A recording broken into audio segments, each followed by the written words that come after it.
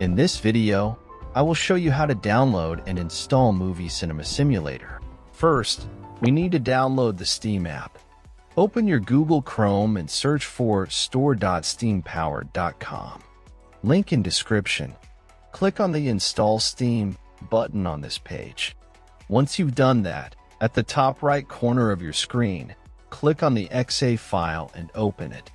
Complete the installation, and once finished, open your Steam app. In search bar, type Movie Cinema Simulator and drop down you will see the game. If not, check video in description. If you see the game in drop down, click on the game. As we can see, it only works on Windows. Now click on Add to Cart button beside Original Game. In New pop-up, click on View My Cart. Now click on blue Continue to Payment button. In Payment Methods, select your preferred payment method and proceed. After you're done with payment, next steps I will show with game I already own.